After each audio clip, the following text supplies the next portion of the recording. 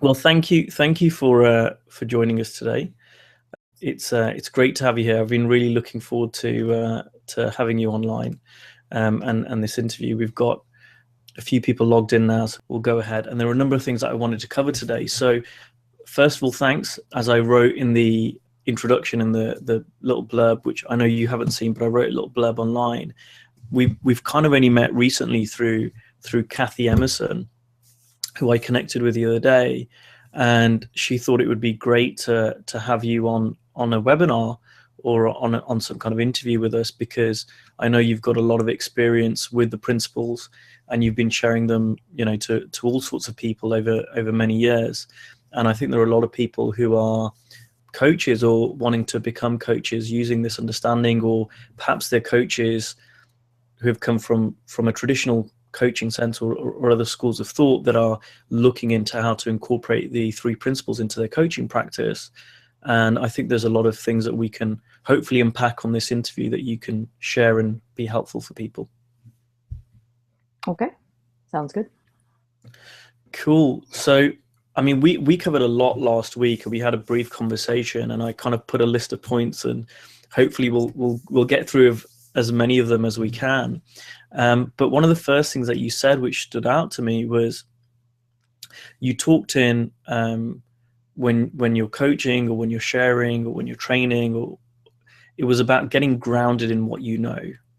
And I know that word grounded is used quite a lot by three principles practitioners, people that learn it and are learning about this understanding. But what does that mean to you, and what do you mean by getting grounded in what you know? Well, yeah, the term is commonly used. The way I understand the term is, first of all, teaching the principles is it's not an idea. It's not like a nice idea or an intellectual understanding.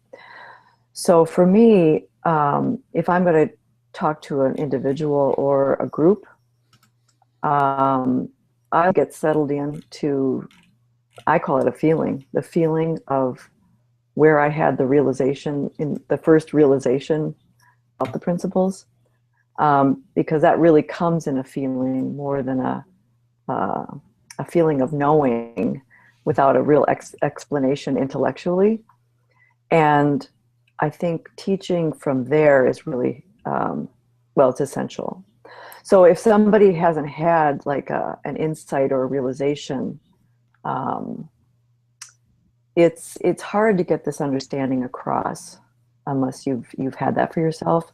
So just getting grounded in what I know is just going back to that feeling of when I had a shift, when this first hit me like a ton of bricks, and I went, oh, this is true. And then I saw what I saw at that moment.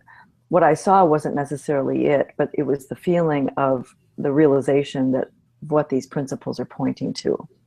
And so I just kind of get settled into that feeling before I do any teaching. And also, I don't want to try to, talk what I don't know, but that's another subject. Is that kind of what you were looking for, Ankush? Yeah, and I mean, you're using the word teaching, and I mean the webinar today is for coaches.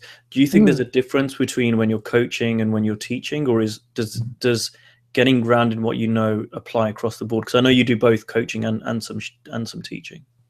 Yeah, well, I mean, I'm a counselor and a coach, and a facilitator of groups or seminars for staff and various programs. I consider all of it teaching. In the sense that, and we're not really teaching someone something, we're helping people wake up to the truth about how life works, how the mind works, how reality is created, what the principles are pointing to. So whatever term you want to use, I kind of mean the same thing, whether it's coaching, teaching, counseling. It's all really, it's really all the same in the sense that you're imparting your understanding, or you're in a dialogue about it with somebody and listening to them and pointing them. So, and you talk about pointing people in a direction. for someone who's listening to this and they're not quite sure what that means, what are you pointing them to? What do you want people to see? You know, people talk about pointing inside, and again, words are can be imperfect. What do you mean by that? Well, the principles really explain and account for the entire human experience. And they show that our experience is always coming from one source, and it's always moving in one direction. So, the term inside out, which has been commonly used for many years in the three principles world, really truly means that mind, thought, and consciousness are bringing our experience of life through us out. And, and in more recent days, like the trainings that Keith Blevins is doing about the single paradigm and thought creates feeling, that's been around. That idea has been around for a long time. He's just kind of honed it recently. And it's really true that our experience can only come from one direction, but it doesn't always look that way. And so that's really the main misunderstanding that I find my clients have through, and it's a misunderstanding I had before I learned this too, was thinking that my experience was coming from something other than thought in the moment, or mind, thought, and consciousness, just to simplify it, call it thought. So it really helps to remember that that's the main thing that people need to see. That's kind of the crux of it, because people can come to you in the coaching sense with all kinds of stuff. They could be really stressed out. They could be having relationship issues. They could have, business issues or financial issues or all kinds of things. They might even be bringing some substance abuse or mental health concerns to the plate. And to wade through all of that or deal with any of that content head on is overwhelming. But to remember that there's really only one simple thing that people have innocently overlooked or not known that's creating their suffering for them, and that's the fact that thought creates feeling. And thought creates our perception, and thought creates mood, and thought creates the entire reality we're in. And again, when I say thought, I mean mind, thought, and consciousness. I just simplify it by saying thought. So I've learned over the years to always just go back to, never be afraid to keep going back to the drawing board. And I'm kind of a broken record with a lot of my clients, but it's really helpful because until they actually go, oh, and they have that aha moment, that's really it. And then they're on board, and then we can just go deeper from there. I hope that answered your question. Yeah. You're kind of stealing my next questions, because then you're answering like whoops your question. No, that's fine. It's great. Because I was going to ask you, I was going to go, well, is that it? I mean, is that what you do? And you kind of answered that beautifully by saying, well, I sound like a broken record. I'm constantly pointing in the to the same thing, because I've found a similar sort of thing, that you'll point people to the fact that they're creating their experience via the principle of thought, or like you say, via the three principles. But if they don't see that and they're going, yeah, but something else is over here, like, oh, but this situation is over here. The power I find of a three principles coach is going back to the three principles and saying, okay, but you are creating this, because that for me is more effective and it's more powerful, because it gets quite often gets rid of the problem. There is no problem. Right. Now, I have been teased a little, should I say, by some coaches who are not three principles coaches, who say, well, all you guys do is say, you're feeling your thinking, and I think there are some practical things around how we can share, how we can coach, how we can connect with someone that makes it more likely that they're going to be able to hear us. And one thing that I heard when we had a chat last week was you talked about using the language of your audience. And I think that's really, really powerful, because like any community, we can get our words like inside out, grounded, principle, and we all think we know what it means, but that doesn't mean that the other person knows what we mean. So Right. I found that really powerful. And could you talk a little bit about what you do and why you do that? Sorry, my phone is ringing on the computer. There you are. Sorry, it just kicked the screen off when my phone rang. I apologize for that. Okay. I have all these Apple products that are connected. So you want me to talk about getting the language of the audience, or using the language of the audience? Is that it? You know, that's here's the simplicity of teaching this, or coaching this, or counseling in this, really is in, you know, because this is so fundamental to all human beings. The principles are the most elemental spiritual facts that allow us to exist and see a reality. And everybody's operating on the same principles. So it's really helpful to connect with the person or the group you're talking to. And I do that by getting some rapport going, just by having a conversation, chit-chat. And chit-chat and having a conversation can lead, if you're listening, really listening beyond words and just really connecting, they tell you what, they give you all you need for providing them with whatever you're going to provide them with. Whether it's something they say that stands out and you go, wait a minute, can you say that, you know, say more about what you mean by that? And then that leads you into some questioning or inquiry, which leads to a nice discussion of the principles in really plain language. And it's also language that you understand. It's important that the coach only be speaking from what he or she understands, not something they heard from somebody else, but something that you've seen for yourself. And so just listening provides you with the language. You know, people will provide me with metaphors, or, you know, if somebody's into, like the other day, I was working with somebody that's into sports, and they understood what being in the zone meant. They understood that. So I use that to talk about, you know, free mind and, you know, clarity and accessing our wisdom and our best thinking, and where it feels effortless, and that's possible. That state of mind is always possible, even when that person's in the boardroom of the office. So whatever, you know, just having a conversation with people will bring you, if you're listening, it brings you the language and the metaphors and everything you need to proceed. And if it doesn't, then you can just ask for more. Ask for more and keep listening. Listening is key.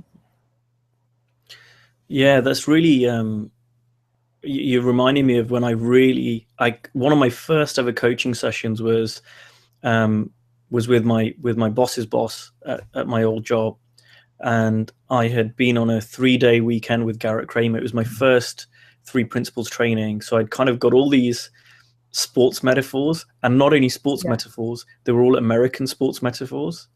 And so I took what I knew and I coached my boss's boss, and he'd agreed to it beforehand. You know, he said, sure, you know, I had a good rapport with him, and he wanted to make, he thought I was signing up to something crazy and was wasting my money. And then we had this kind of coaching session, I guess loosely you could call it. And he really enjoyed it. He was pleasantly surprised. But one thing he said to me, which talks to this, was he said, you know what, you're using all of these metaphors, which are American sports metaphors. And he said, you know, I think you'd be more impactful if you used, like in the UK, we call it football, you know, in America, you call it soccer.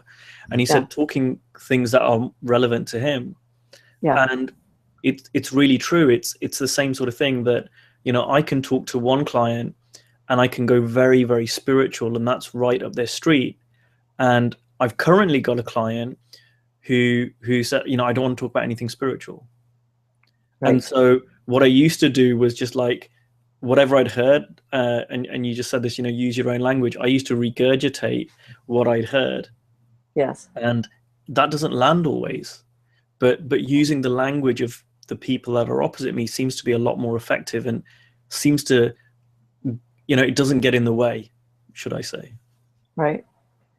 Well, it just helps. See, I state this on my website that my job as a therapist or a coach is to help people understand these principles in a way that's relevant and meaningful to them. Because until people see this for themselves in a way that's relevant and meaningful for them, it's just words and ideas. See what I mean? So the language that getting the information from them, which is kind of like doing an intake, really. You're just asking questions and just letting your instincts let you flow with that. I just listen and just follow, my wisdom in the process. Not always perfectly, but a lot of times. It just unfolds, and then you have a common language that you can use together in a way that you can put this because the principles are formless, so we can put them into any form and have as an example, and have someone understand it in their own way. Does that make sense? Yeah, absolutely. I'm kind of reminded of just how, people are so different, and they've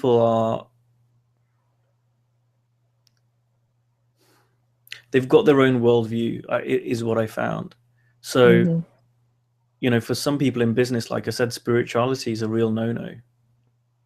Yes. And for someone else, it's really up their street.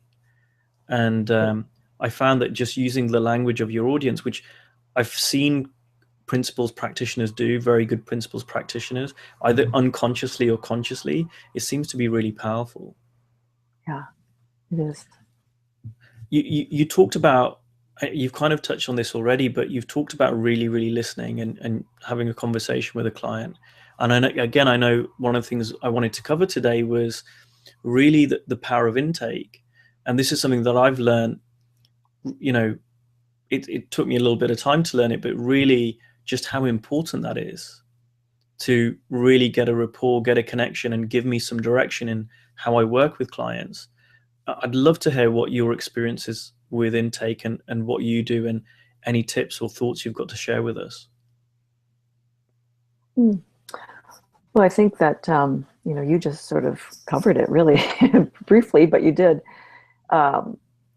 Because each individual, what I love about this understanding is that, well, it's just, and I know that I'm speaking to coaches here, but as a counselor, if someone comes in to see me, I have to do an intake if I'm going to bill for insurance. So I have to do a form and all of that stuff and ask them questions to see what's been going on with them.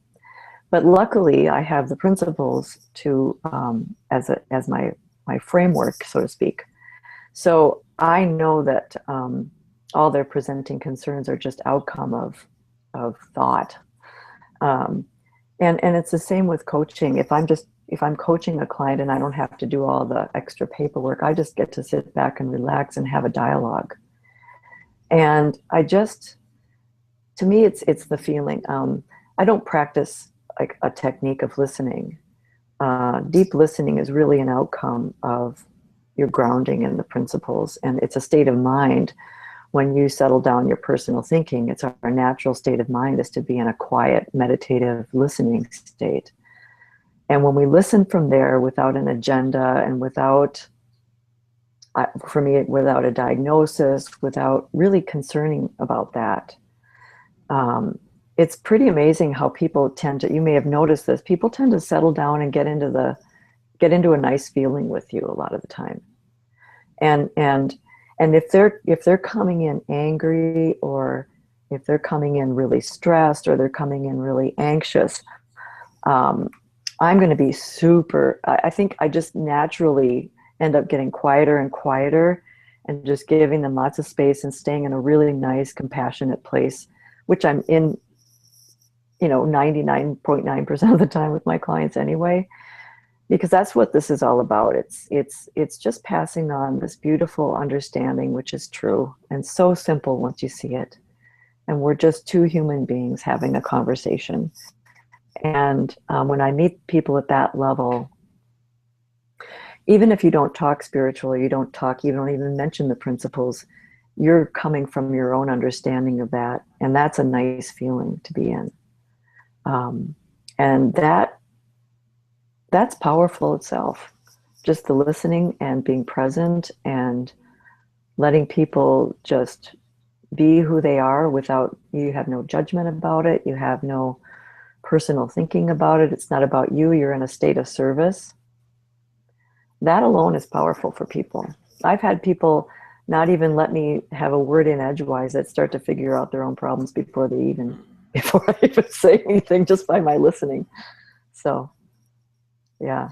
And then that's great fodder for talking about, see, how'd you do that, And then we can point them back to how that worked for them, or why that is that worked. Is there any difference between someone that isn't a client versus someone that is when you do this? Or I've heard some coaches say that if there was a fly in the wall, no one would be able to tell if this was a current client or a prospective client. I mean, do you just show up exactly the same with everyone? I'm not sure what you mean by current client or prospective client, but in terms of, once someone's, in a coaching context, someone's paid you and, they're already working with you. Are you different compared to when someone's considering working with you and maybe you're just getting to know them, having a conversation? I don't know that I'm any different, but the conversation may be a little different. They might be wanting to know how this could benefit them. So I might be talking about the implications or the outcome of understanding the principles. That's kind of the selling point, is what can happen once you do understand the principles.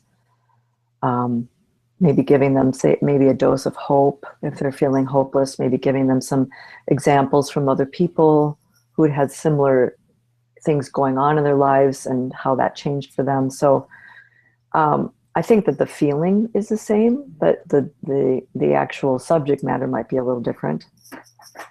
Yeah, but you don't hold anything back. I know that, and I felt like this in the past when I was starting out, and I've heard other coaches say this, that that they almost feel like they don't want to give away too much before someone's paid them. But I see.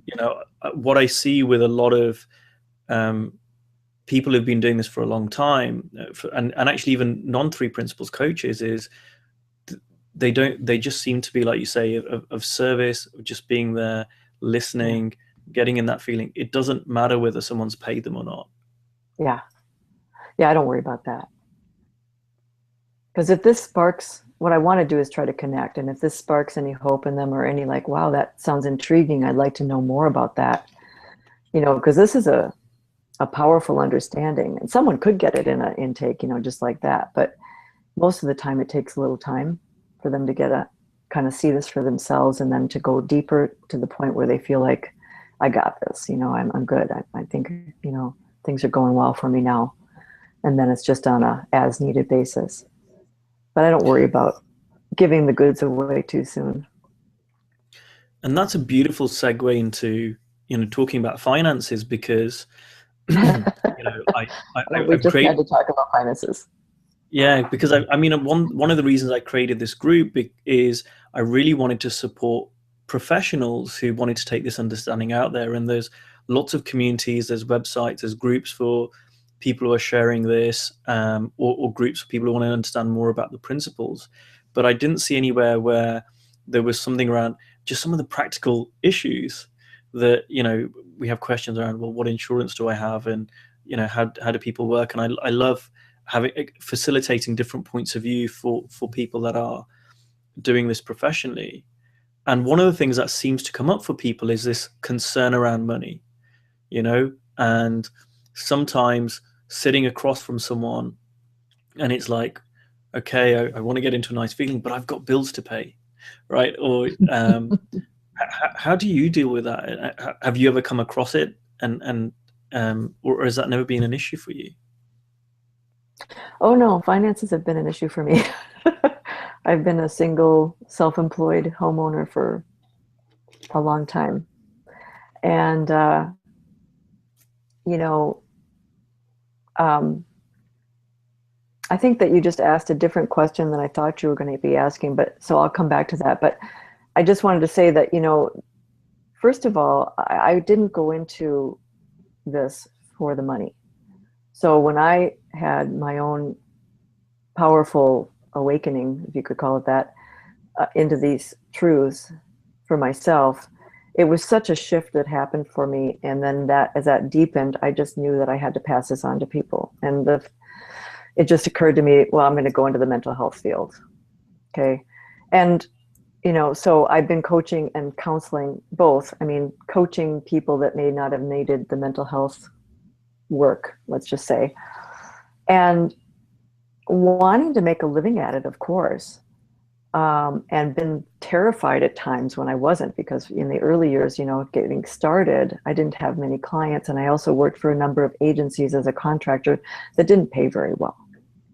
But I loved the work. So I just kept doing it. But I got by. And even today, like my last month was really full and this month is really empty, because there's just it's an ebb and flow thing. And I can just say that I've evolved to the point of not fearing, not getting insecure about money or finances anymore. Because if I don't, I stay quiet and I stay in a good feeling, it works itself out. I figure something out. Something occurs to me, something new occurs to me. Maybe I find a marketing strategy. Maybe I talk to somebody. You just never know. You just stay quiet and listen to your wisdom and common sense and where you're led, and that will work out. Also, though, the true riches of this work are in the work. I can have $10 in my checking account, $20 in my savings account, and feel like the richest woman on the planet when I'm in session with people or talking to a group or even volunteering like I'm doing now. It's the feeling of the principles of understanding this is where the riches are. And it's just, I did a webinar for 3PGC and I call it precious knowledge. Even having a little bit of an understanding, is precious knowledge. So to me, the riches are in passing this knowledge on and in seeing the transformations in people when that occurs.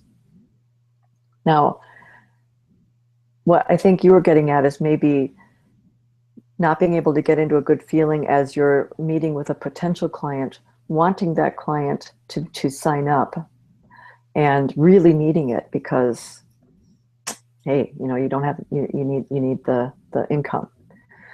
And I've been there.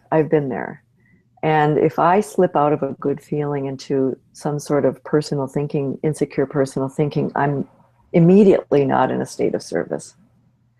And it doesn't work. It'll never work.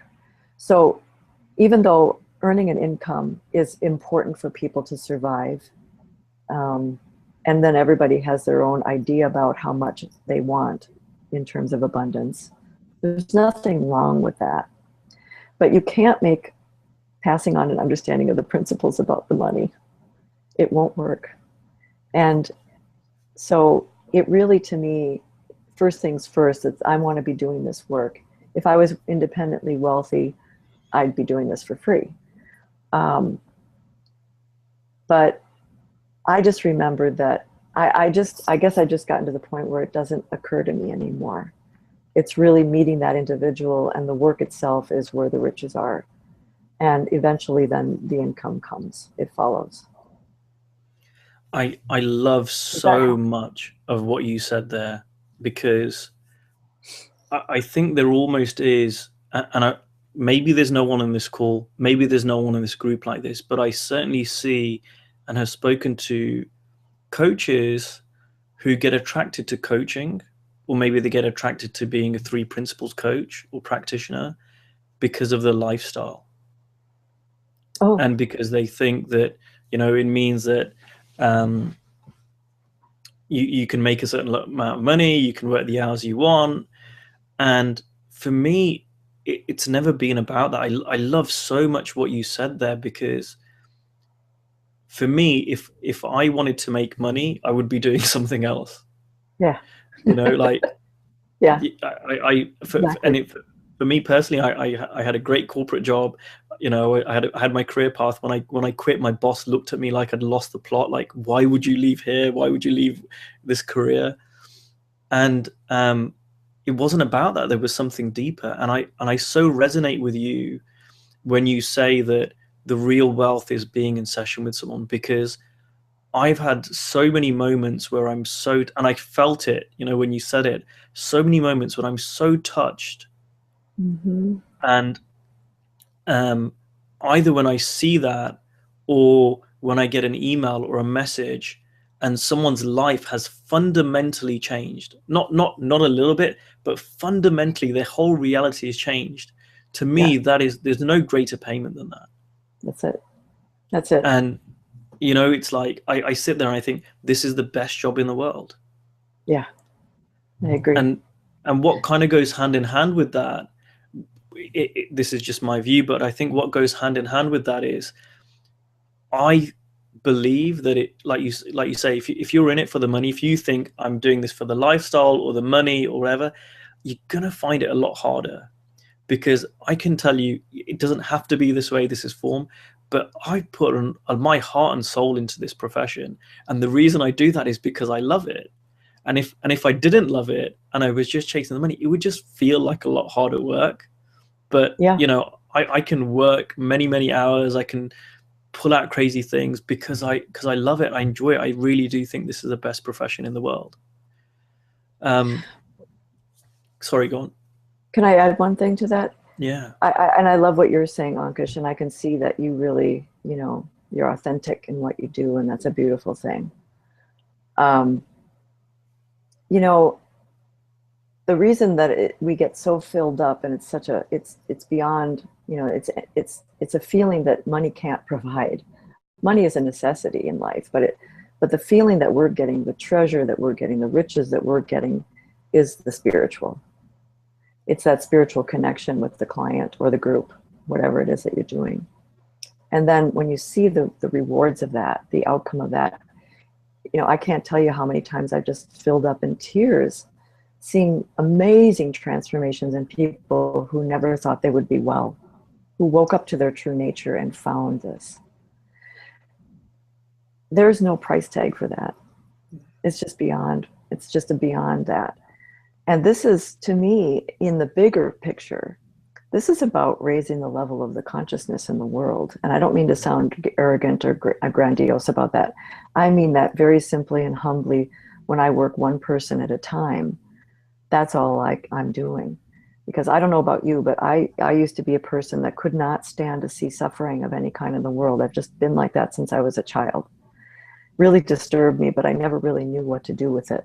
So it actually hurt myself over that.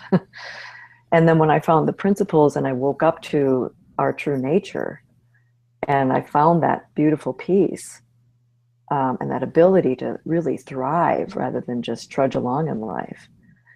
And I found a way to pass this on to people. I thought, this is the hope of the world. What Sydney Banks saw is the hope of the world, because it's true. So again, nothing wrong on a practical level of wanting to have an income and make a living. And I have, for one, am trying to increase that right now. I would like to take but I do it from the standpoint of, I want to have more impact. How can I have more impact and more ripple effect? How can I bring my understanding more and share more so that I have more impact? And then, you know, if I'm getting paid for it, then the natural outcome is going to be I'm taken care of financially. See, it's secondary. I cannot agree with you more. And you know, one thing that I did was, you know, I've gone outside of the Three Principles community. I continue to do so, to learn what some of the most well-paid coaches are doing. Again, not because, you know, it's I need to get loads of money, but almost because I was so passionate about this, and I so wanted to make this work. So I was like, okay, well, it just made sense to do that. And then now it's like, again, same with you. I think the impact of practitioners, of coaches, it is about changing the consciousness of the world, in my opinion, in whatever small way. And it won't just be us, and there are lots of people doing lots of wonderful things. But this is how I feel I can impact it.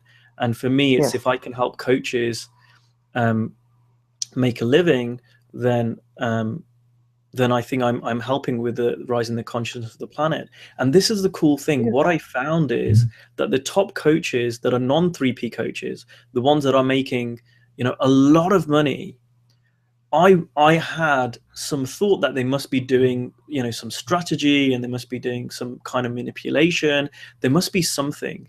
And actually what I found, and maybe there are exceptions, but what I found is the ones that were making lots of money were actually the ones that were being really, really, really impactful.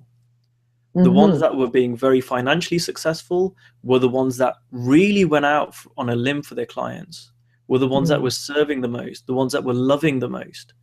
It surprised me. And then when I reflected on it, I was like, well, why would it be any other way? Yeah. That's it. That's beautiful. That's interesting too, that you did the little research on that. That's interesting. I mean, we're kind of naturally segueing into the different topics that we've got. And the next thing I had on my list was really talking about service. And you mentioned that about, when you're trying to make money, you're not in service. And again, it's another word that's bandied around in the coaching community. What does service mean to you?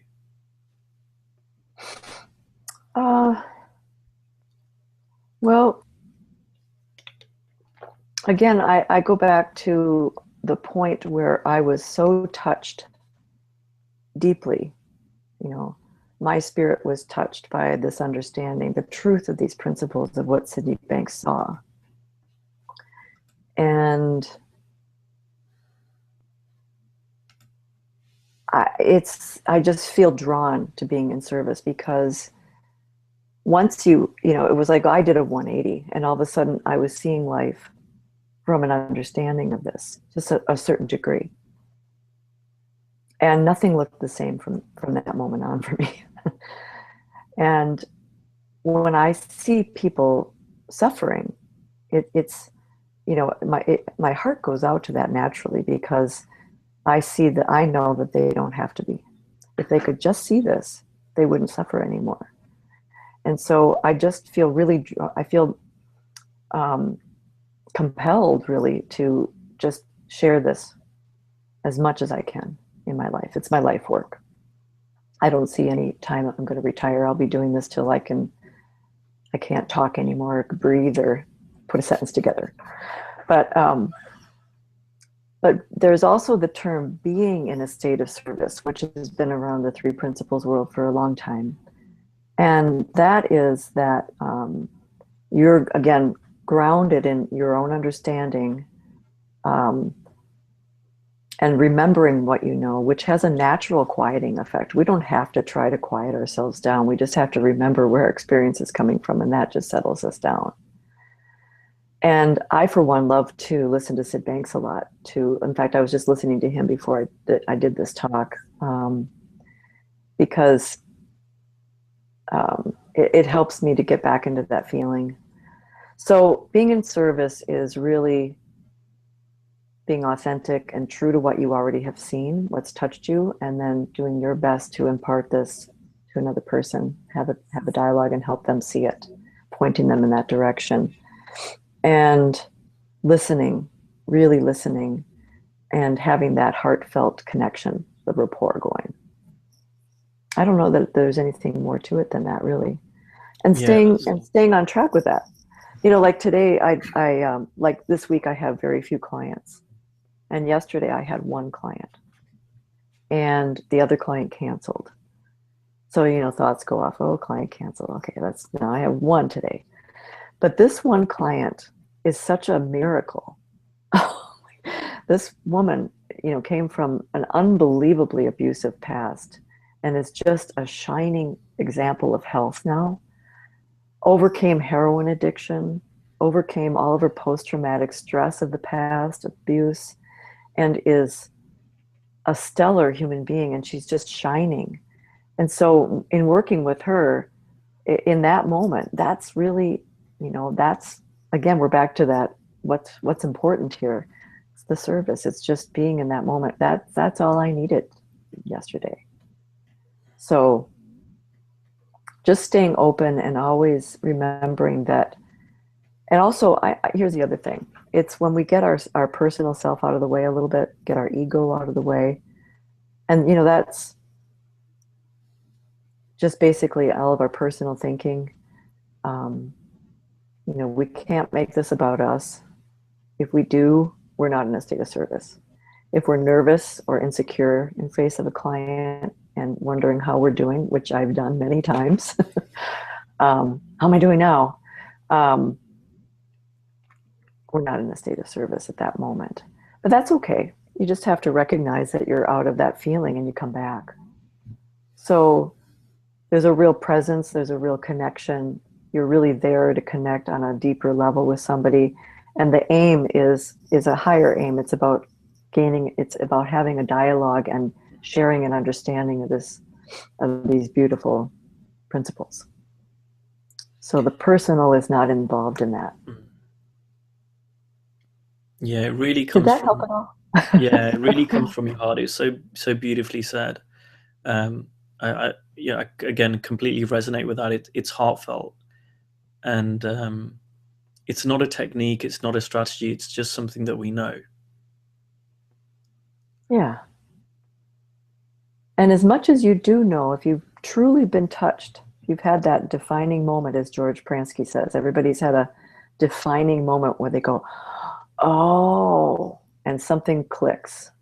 It may not be anything you can articulate, but it's a feeling, a definite feeling of knowing. Even if it's just a teeny bit, you talk from there, you're good to go. And then you're on the exploration with the client. But if you're coming from ideas or concepts that are personal and from your memory and just something someone said, that's going to fall short. That's going to fall flat because the feeling won't be there. Does that make sense? Yeah, absolutely. Absolutely. I know you've done a lot of training to groups of people, and I'm sure there's people listening to this, watching this, that would love to get some insight from your experience of sharing to groups. And I'm going to kind of tie this with something else. I find when you're sharing with groups, you're more likely to get that difficult person. Mm-hmm. How do you deal with that? Well, yeah, that was a learning curve for me. I would say that when I first was starting to talk to groups and different, I've done groups in many different types of centers, treatment centers, agencies, and people would start arguing with me. If I got an insecure thought about that, I was sunk. That was it. But and I would start engaging in the debate a little bit to try to convince them of this, and that usually ended in disaster. So what I've learned is that I just stay grounded. Again, I just stay, just listen. I just listen to them. In fact, I have an example I can give. Years ago, when I was doing a talk on the principles at a treatment center, I did this thing called the wisdom class at a treatment center for men. And there was 35 men in the room, and then me up there talking.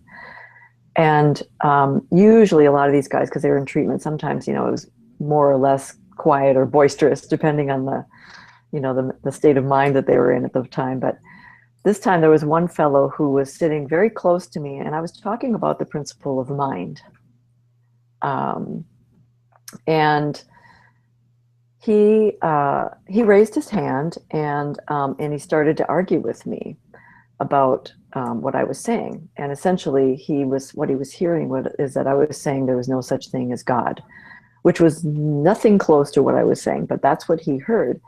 And I started to react to him and saying, oh, no, that's not what I mean. And in doing that, it was like throwing gasoline on the fire. And he started to get even more loud. And he even stood up and kind of leaned over and was, looked like he was going to come after me for a moment. In fact, later on, a couple of guys said they were ready to go grab him in case he did. And all of a sudden, it popped, and I went, "Oh, Mary, Mary, Mary, what are you doing? What are you doing?" And I stopped, and I just settled down, because I could see that, my thinking was getting reactive. So I settled down, and I just got real quiet, and I listened to him, and I let him talk, because, just listening from that love and understanding is really powerful. So I listened to him talk, and I let him finish his thought before I said anything. And when he was done, I said, I really understand. I think I understand where you're coming from. I don't remember exactly what I said, but I basically said, I understand where you're coming from. I think you're raising a really good point. However, we only have about 7 more minutes, and there's 34 other guys in here. Would it be okay if I just finish what I'm talking about, and then you and I talk about that after group? And he said, "Oh yeah, sure, that's no problem." So he sat back down, and then I started talking again, refinishing my talk on mind. And about 2 minutes later, he raised his hand again. And I went, "Okay, here we go." And I thought, okay, Mary, just settle down, settle down. So I called on him again, and he said, I'm so sorry. I don't know what happened to me. I mean, I was listening to you, and I thought you were saying this, that, and the other thing. And I think it brought my mood down. And I'm so sorry I got so reactive about that. Actually, I think we might be sort of saying the same thing. Would it be okay if I come to your orientation again tonight? I was there last week, but I'd like to come again, because I think I missed something and I'd like to hear it. And I was like, sure, not a problem. Well, that was years ago, but that example has stayed with me, because it showed me the power of the word grounding again, just settling down, being at peace with myself, knowing that I'm only here to offer what I can offer. I don't need to argue with anybody about this.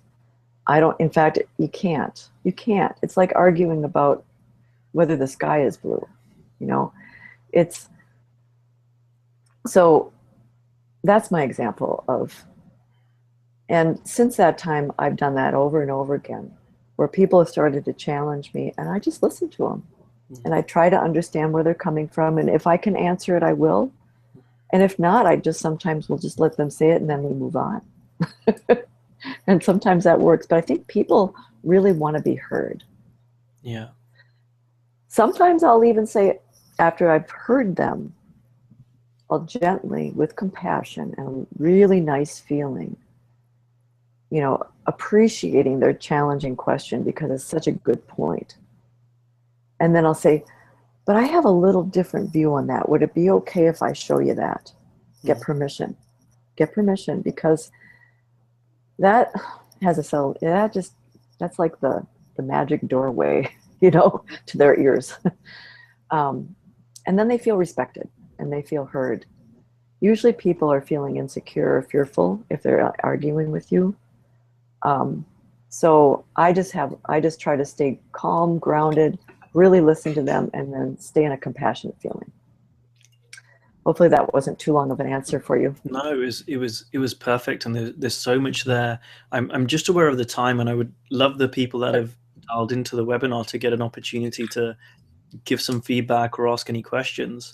We've got more stuff that we could cover, but if anyone's got a burning question or anything they feel that we haven't covered or want to dive deeper into, please just use a chat function on the side. I got a message from someone saying that the chat function wasn't working for them. If it's not, I've got my Facebook open as well. So I believe everyone that's dialed in is on my Facebook. So send me a message on Facebook or use a chat functionality. I'd be happy to pose a question to Mary.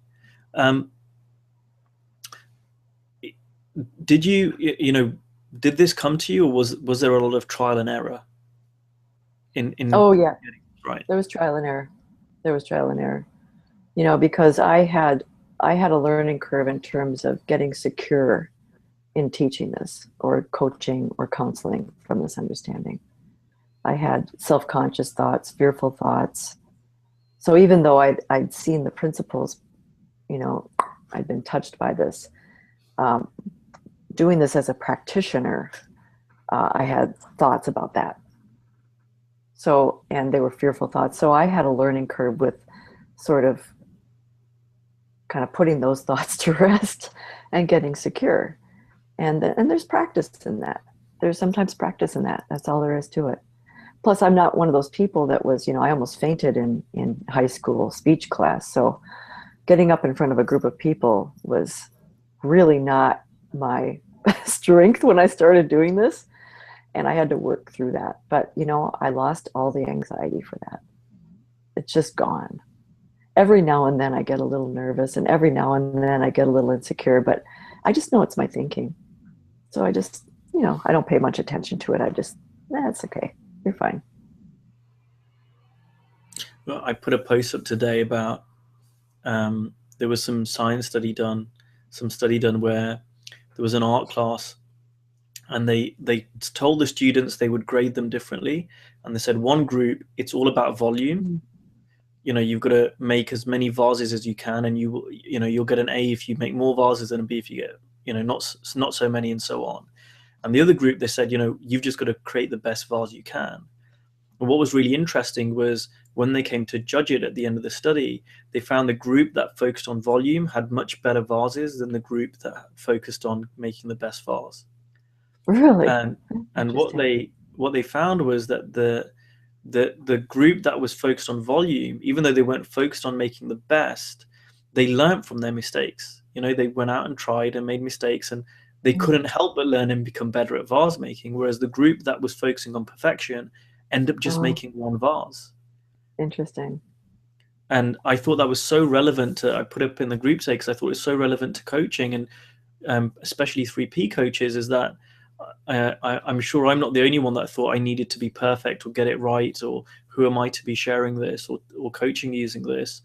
And I find the only way that coaches really get better at coaching, any kind of coaches, is by doing it. Yeah. Yeah. You know, Linda Pransky has put out some podcasts for practitioners called Helpful Realizations. And I think maybe they all have different names, but they're really good. And she talks about just getting out there and mucking around and making mistakes. It's okay if you make a mistake. You know, people are very forgiving. If I get off track with a client, I'll just say, I'm sorry, I got off track a little bit. Can we go back here, you know, or can we back up a little bit? Or people are really forgiving about that. I even do that in groups or speaking, you know. So, I mean, just one last thing I wanted to say was what I got out of the conversation with you yesterday, and last week, sorry, and I really resonated with, was the fact that opportunities are everywhere. And I think you kind of mentioned this already on the webinar today, that, you know, when we quieten down, you know, we see the opportunities, and that's been really helpful for me, because, like you say, you know, this is fact. You know, the sky is blue, and I don't know anyone on the planet, I have got to see, you know, someone has got to convince me of this, that there's someone on the planet who would not benefit from understanding more about how we create our reality. You know, it's so fundamental that it can't be a negative thing. And there's, you know, billions of people on the planet. So, you know, I don't know a field where this isn't helpful, you know, whether it's in sports or whether it's in business or whether it's in education or in mental health. I think we're really just scratching the surface of what impact the principles can have out in the world. Yeah. You know, I think that, I mean, there's been plenty of times when I've gotten stuck in terms of business, from a business angle. And then every time I do, and I lighten up again, and I just go back to doing what I do every day and being in a good feeling. And I just kind of ask myself, you know, it's like asking your deeper self, show me what I need to see, you know, something will come. And then something does. Something always does. It's not magic. It's not like it's magic. It's just that the opportunities are everywhere, and we just have to be clear enough and present enough to see them. Yeah. And then we have to act on them too, of course. Yeah. Well, great. We've had a couple of messages. Maria said she loved the conversation and hearing about your experiences. She said it's lovely to be reminded of just being human and learn from the vase making story. So she says thanks. Well, thanks for joining us, Maria. There's someone else who said it was very, very powerful, really, really helpful and powerful. Perfect ending on a perfect day. I'm not going to mention their name because they've also asked if you're single and they want to ask you out on a date. So I will leave that alone. I'm in a relationship, sorry. But that's flattering. So if someone wanted to find out more about your work, sounds really weird now segueing from a date conversation to get your contact details, but I'm guessing for a non-requesting of a date, someone wants to get hold of you, what's the best way that they might be able to do that? Yeah, well, I do have a website, marywhiteassociates.com, all just strung together. And I also have there's an email on there, but my Gmail is mwhite6013@gmail.com. Fantastic. Well, either of thank those places. you so much for this, Mary. It's been an absolute pleasure. And I hope people got a lot out of it. Arthur Peters has just said very cool. Thanks a lot. So I think some people listening to it today, I'm sure we get a lot of people listening to it once it gets reposted. This gets automatically recorded. But thank you so much. Yeah, it's been great. Well, it's been a pleasure talking with you as well. You're a delightful interviewer. Thank you.